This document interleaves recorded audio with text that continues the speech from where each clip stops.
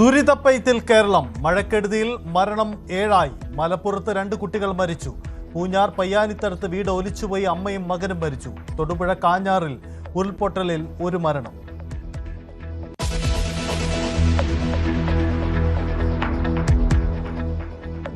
വടക്കൻ കേരളത്തിലും പെരുമഴ. കണ്ണൂർ പേരാവൂരിൽ ഒഴുക്കിൽപ്പെട്ടയാൾക്കായി തിരച്ചിൽ തുടരുന്നു. കനത്ത മഴയിൽ തിരുവമ്പാടി മുത്തപ്പൻ പുഴയിൽ ചപ്പാത്തൊലിച്ചുപോയി. കോഴിക്കോട് മണ്ണിടിച്ചിലും വെള്ളക്കെട്ടും. കാസർഗോഡ് ചിറ്റാരിക്കലിൽ ഉരുൾപൊട്ടൽ.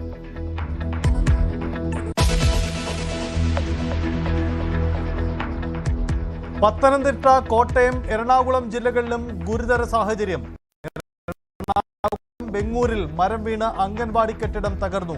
വെള്ളത്തിൽ മുങ്ങി റാന്നി നഗരം.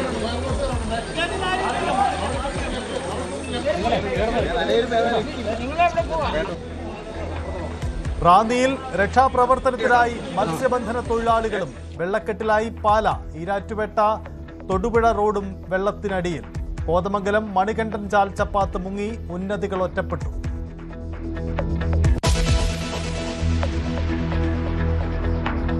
കടലിലും കെടുതികൾ രൂക്ഷം. കൊല്ലം തങ്കശ്ശേരിയിൽ വള്ളം മറിഞ്ഞ 1 മരണം. വിഴിഞ്ഞത്തു നിന്നും പോയ 5 ബോട്ടുകൾ അപകടത്തിൽപ്പെട്ടു.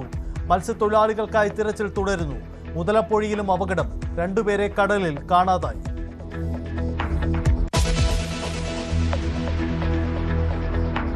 രക്ഷാപ്രവർത്തന നടപടികൾ ഊർജിതമാക്കി സർക്കാർ. രക്ഷാസേനകൾ സജ്ജമെന്ന് മുഖ്യമന്ത്രി വി ഡി സതീശൻ. റവന്യൂ മന്ത്രിക്ക് ഏകോപന ചുമതല. എല്ലാ ജില്ലകളിലും ഹെൽപ്പ് ലൈനുകൾ. ഡിഎംഒമാർക്ക് ജാഗ്രതാ നിർദ്ദേശം നൽകിയ ആരോഗ്യമന്ത്രി.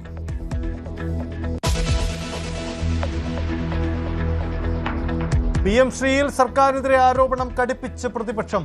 PM ശ്രീ വഴി കിട്ടുന്ന പണം ജനങ്ങളെ ഒറ്റുകൊടുത്തതെന്ന് പിണറായി വിജയൻ. പുനർജനി പദ്ധതിയിൽ വി ഡി സതീശൻ വിദേശത്തു നിന്നും കോടിക്കണക്കിന് രൂപ പിരിച്ചെന്നും പ്രതിപക്ഷ നേതാവ്. ലണ്ടനിൽ പിരിച്ച തുക എങ്ങനെ മണപ്പാട് ഫൗണ്ടേഷനിലെത്തിയെന്നും ചോദ്യം.